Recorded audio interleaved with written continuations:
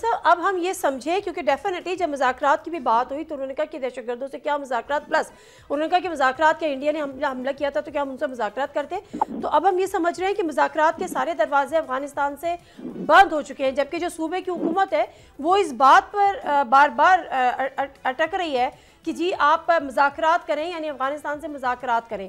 आपकी नज़र में अब the doors are closed finally. जहाँ तक मुज़ाकरात का ताल्लुक, पाकिस्तान में तो बहुत एफर्ट मुज़ाकरात भी हुए, चाइना अभी आई थिंक दफाई मुआहदा हुआ है, उसका भी एक इम्पैक्ट होगा, न सिर्फ अफगानिस्तान पे होगा बल्कि हिंदुस्तान पे भी होगा। हिंदुस्तान जो है उसको भी सोचना है कि पाकिस्तान पे हमला करना है कि नहीं करना।